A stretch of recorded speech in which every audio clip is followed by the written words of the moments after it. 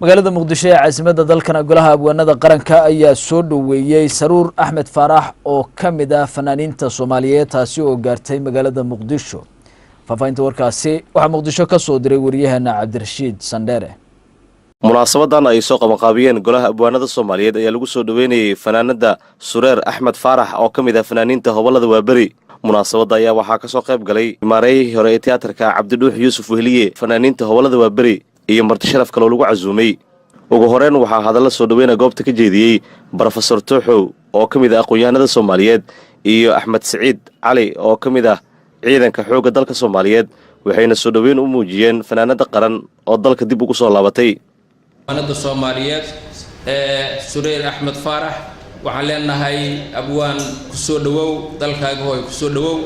runtii qofkii garanaya runtii waxaan dhihi karaa waa xasuustaa waayadii mataqaana fanka Soomaaliyeed qiimaha uu lahaa jiray oo mataqaana adduunyada oo ka tirsanay oo adduunyada horseedka u ahay kaalintay ku lahaa jirtay gabadhaas waanu garanaynaa. marka anu afkooda ku hadlayaan kugu soo dhaweynaynaa sidaan hore u sheegay salaam buu ruuxlaysa mar kale oo ka balaaran cirkaas oo dhulka baaxadka weyn oo inamaa berigii birigan aad soo caga dhigatay aan ku hayno beerkiiyo laabtoo bisuhu ay tagayeen oo carabkuu ballan qaaday Sureer ayaan kugu soo dhaweynaynaa. waxaan salaan gaara kaaga sidaa Cabdullaahi Nuur Cawaale Xalweyste, waxaan salaan gaara kaaga xiraa gabar kooxda halgan ahaan jirtay oo caan oo la yiraahdo Xalimo Cumar Cali Cudweyn. sidoo kale waxaa munaasabada ka hadlay abwaan Xirsadhuux Maxamed Wehliye, gudoomiye ku-xigeenka golaha abwaanada Soomaaliyeed, wuxuuna fanaanada qaran soo dhaweyn kadib ka codsaday in fanaaniinta isku duubnaadaan.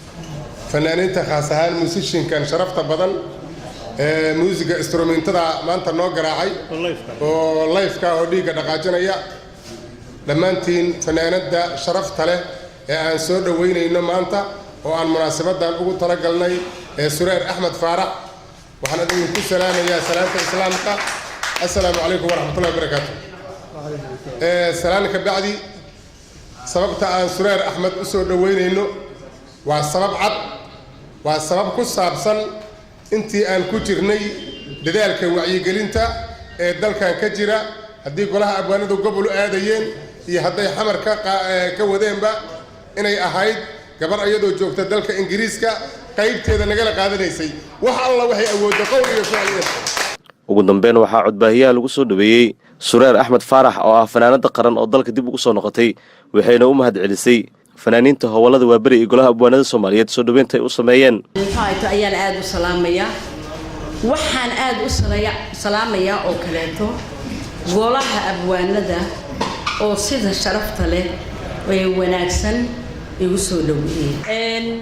midda kaleeto waxa weeye wariyaasha aad baan u salaamayaa, waa wasaaradayadii, waa isku dadkayagii, waa dad wada dhashay baan dhahay. ciyaartooydii waa beri ciyaartooyee saa Cabdirashiid Sandere, raadiyaha iyo telefishinka SBC, magaalada Muqdisho.